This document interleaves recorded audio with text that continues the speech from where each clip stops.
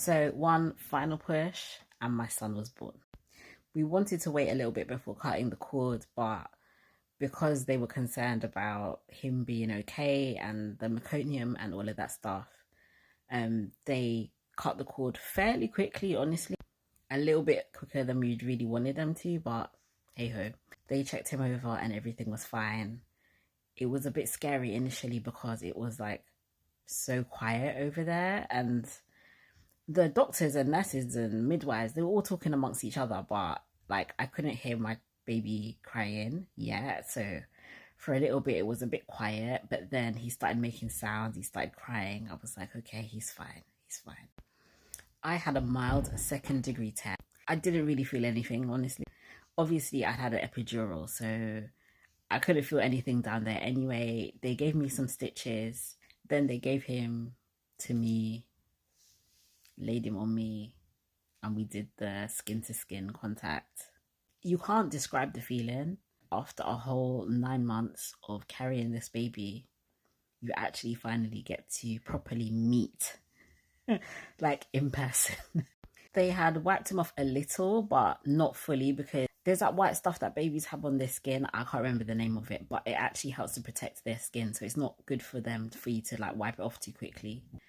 They gave him to me. He still had that on him. I didn't care. I was just holding him, and I just like, I couldn't believe that my child was here.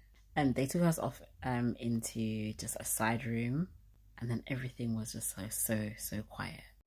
If I recall correctly, they wrapped him up in something, but obviously in our stuff we had bought some baby clothes with us to put on him. So they put him on this table underneath this really strong heater, obviously because you need to keep him warm. He's literally just been born into the world. And then my partner dressed him for the first time. I just remember lying in this dark room. Obviously there was some light, but it was pretty much dark, and looking over like into the little cot next to me and seeing this baby, and he was just lying there so peacefully. Every so often you'd see these little movements. You're like, okay, he's fine. Because it's literally one of the most terrifying, I don't know why, but as a parent, it's like one of the most terrifying things is like watching your child thinking, is he okay? Is he moving? Is he breathing? Is he okay? But yeah, he was fine. He was just lying there very quietly, peacefully, in his own element, looking around, moving, falling asleep. He didn't cry a lot after that. But you could just see him moving every so often. And then finally they brought us down to the postnatal ward. After 2 days, I was ready to go home, frankly. And yeah, after that I was discharged, came home, and that's my birth story.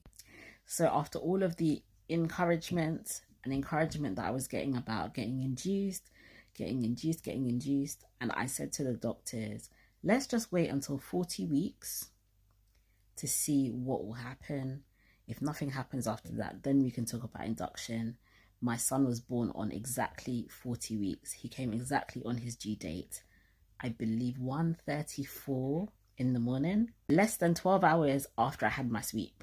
There were some tips that I followed that were advised to encourage my body to have a quick labor. If you would like to know what those are, then message me in the comments, and yeah, I'll happily do that video, TikTok, whatever for you. I do hope that you enjoyed this story time, and if you have any more questions about childbirth, my pregnancy, or anything along those lines, then do feel free to let me know. Take care.